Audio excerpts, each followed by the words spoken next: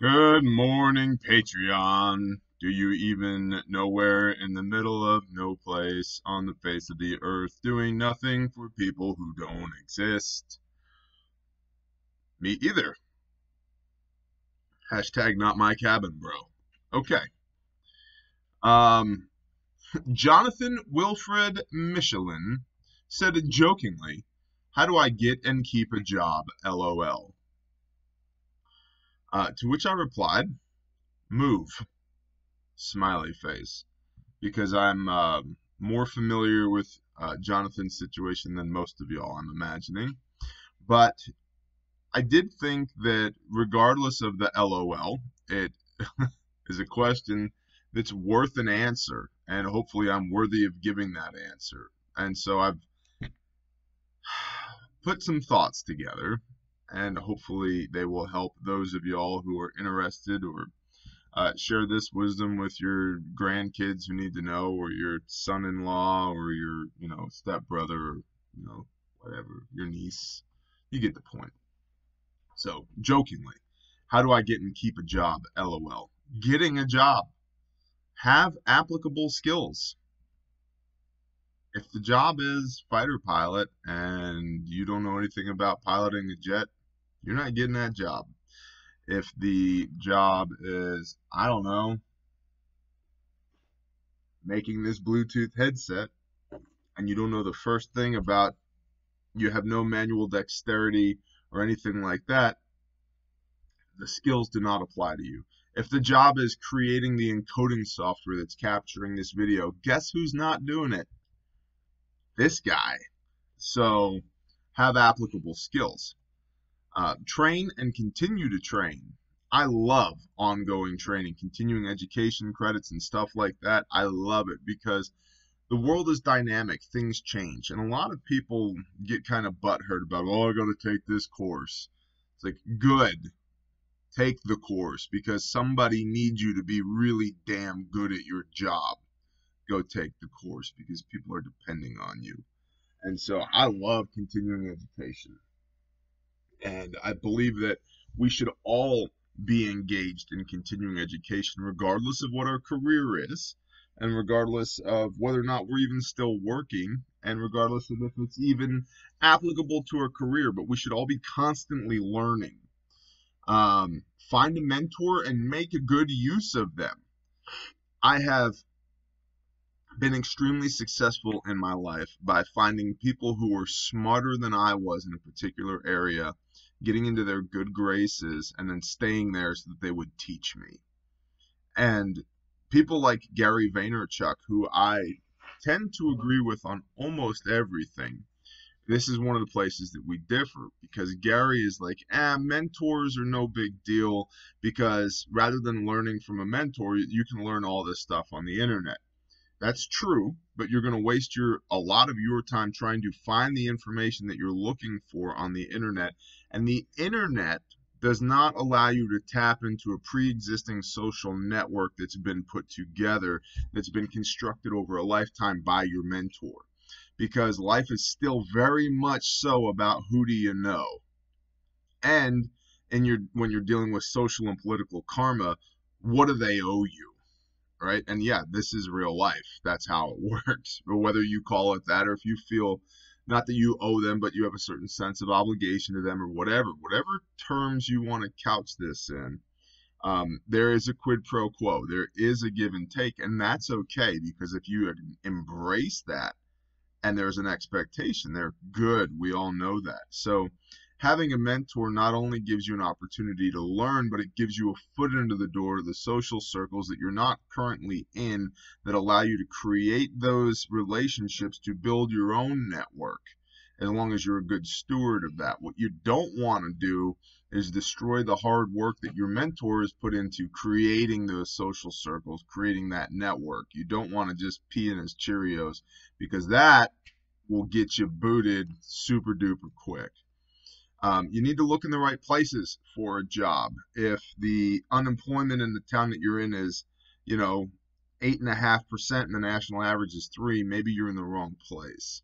Or the best job you can find is $9 an hour, and you need I don't know, you need a $15 an hour job. Okay.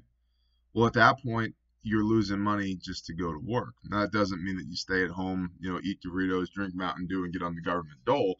It means that you move, because the history of humanity has been a documentation of people moving about the battle space, Earth, from areas of less ideal resources to areas of more ideal resources. This is humanity in a nutshell. So I hate it when people are like, well, I can't move. Don't even talk to me about moving. I have moved more times than the vast majority of people.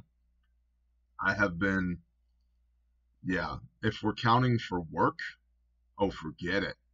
Forget it. I mean, it's in the hundreds of moves. You go where you're needed, not where you want to be. And you go where you need to be, not where you want to be. In fact, my old man told me many, many moons ago, for all his faults, he did occasionally drop a nugget of wisdom on me now and then. And he said, son, if you make a list of everything that you need and a list of everything that you want, you'll find that what you need is much shorter than what you want. And as you go forth in life and start earning money, remember that list and always make sure that all of your needs are met first before you ever start allocating time and energy and money and resources to things that you want. If you're dealing with things that you want before you're dealing with things that you need, you will ultimately fail. Very practical advice, very applicable to me. I've obviously absorbed this because I am so much like this. I'm practical, man.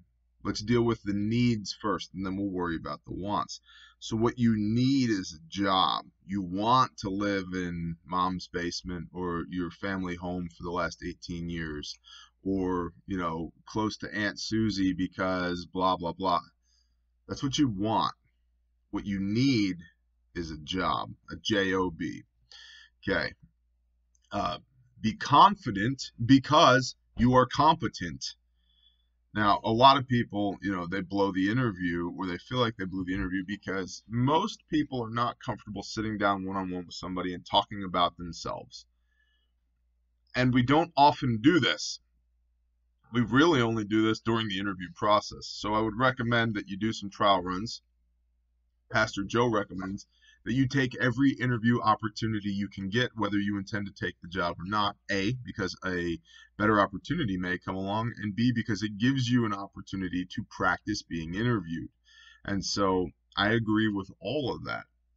But I also believe that a huge part of it is in here and in here. And if you're truly competent, then you can be confident, hey man, I got this. Because if the interview is, hey, we're looking for somebody to talk to a camera, I'm like, got it, I'm on it.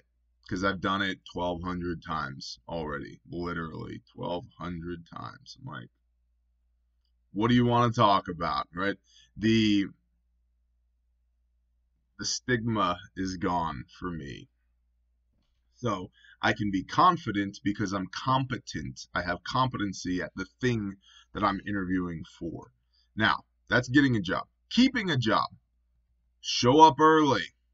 Early is on time is late. Period, the end. As somebody who has run crews in various sizes, from 2 men to 615 men and women in the field, plus an additional 200 salary and administrative personnel. So over 800 people deployed onto a project. I don't care that your tire was flat or your dog ate all your toilet paper or the blah, blah, blah, blah, blah. And let me explain this. In the micro, I care. In the macro, I don't care. And you better not let the micro become the macro. You get one in a given period of time. You get one. My tire was flat, the dog ate the toilet paper, the toddler was throwing crayons down the disposal, blah, blah, blah. You get one blah, blah, blah. Man, you burn that one blah, blah, blah, you better not let it happen again, or you're destroying credibility with me. So early is on time is late. If we start at 7 a.m., Your butt better be at the shop by 6:45. And when you're there, I don't mean you're here, but you're yawning and no, you're up, you're awake, you're ready to work. When that clock starts, you're ready to work. Otherwise, you're wasting my time, which means you're wasting my money, which means I don't need you here. Because at the end of the day, this is a business, not a daycare. So, early is on time is late. Stay late. Getting back to the mentorship, one of the things that I've always done was I got to work early. Let's say work started at 7 a.m. I'd be there at 6 because that gave me 1 hour of time uninterrupted to work alongside my mentor. And if we got done at 5, I would stay till 6 because that gave me another hour. So I had an hour before the day started and an hour after the day ended. So 2 extra hours a day. And I didn't care if it was on the clock or not. And in fact, the vast majority of my positions have been salary, so it doesn't matter if it's on the clock or not. But that gave me one-on-one time, an additional one-on-one time of 10 hours minimum a week with the person that I'm trying to learn from. That allows me to go deeper with this person, to develop more of a relationship with them. They get to see more of me, which means they put more trust in me. They learn more about how I do things and what my capabilities are. And so stay late. And don't stay late to kiss ass. Stay late because you're there because you want to learn more. You have to actually want to learn more. Do the hard things, man, when they're like, hey, we need this whole truck unloaded. And everybody else is like, ugh. Watch this, y'all. You guys can stand over there and sigh. I'm going to unload this truck. Okay? Do the hard things. Sweep the floor. Mop the bathroom. Change the copier paper. Whatever that thing is that sucks in your office, do it and do it with pride.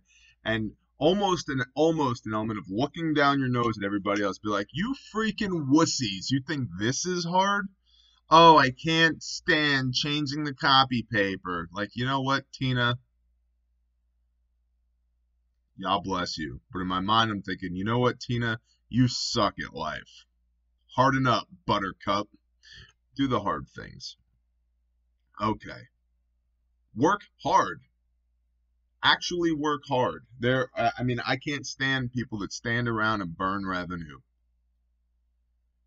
Why? Because I am entrepreneurial. Those dollars are my dollars. They have been the vast majority of my life. And when I've built businesses for other people, I have always understood those dollars belong to the owner. I treat them like my dollars. Those are my dollars. If you're burning my clock, you're burning my money. So if you're standing there doing nothing, why am I paying you to do that? Go home. Yeah, boss, but no. Go home. We'll try again at 7 a.m. tomorrow. And if the following day, if they just can't get with it, we're not trying again. Have a nice life. So actually work hard. Do not stand around and do nothing if there is something to do. There's fewer ways to boil my blood more quickly than to do nothing when there are things that need to get done. Don't lie. If you make a mistake, own it. Own it. I mean, I've destroyed equipment. I've had catastrophic failures. Things have happened because of me. Extreme ownership, Jocko Willink. But I understood this principle long before I ever knew who Jocko was. You have to own it. 2 reasons. Number 1, you maintain your credibility. Okay? And you need that to operate with everybody else around you, but you also need it for your peace of mind. And then number 2 is it's a learning opportunity that we never make this mistake again. And so when you make mistakes, you have to own them. You have to own them for your own well-being, for the well-being of your team, your business, whatever it is, and so that everybody learns from this, so that we're not shoving the blame underneath the rug and we're just going to avoid this and we lose the opportunity to actually get better because of this mistake. So don't lie, and take ownership. And don't let the other bad employees affect you. Everywhere I've ever been, there's been bad employees with bad attitudes. Screw them. It's less important to me that I'm friends with, we'll say, see, I know everybody with names. Like, I know all the names. Like, I have friends that have all the names, and so I don't want to be like, I was gonna say Steve, but I know lots of Steves, and I love them all. And then I was like, Travis, and I was like, not Travis. I love Travis. It's like Bob, so we'll say Bob. So if Bob has a bad attitude, I don't care. I care less about being Bob's friend than I do about doing the thing that I was hired to do, because being Bob's friend is not going to feed my family and pay my bills. I'm not looking to get in good with Bob and his bad attitude. I'm looking to do my job, right? So don't let the other bad employees turn you into a bad employee. And don't immediately start dropping a dime either, because you don't have the credibility yet, right? You gotta work your way into the good graces first, and then you can start dropping dimes. But that's way down the road. Okay, and then lastly, briefly, eventually you need to use that job as a stepping stone so that you can ultimately ditch it and trade it in for freedom. So I would highly recommend the 4-hour work week, which we recently worked through on Men's Group Monday. And in fact, the 4-hour work week finale, you can go back and watch that, where I did a summary of the entire book. So go watch that here on Patreon, so that you can learn to stop trading time for money and create revenue streams that allow you to engage in arbitrage so that you're using the money that you generate wisely.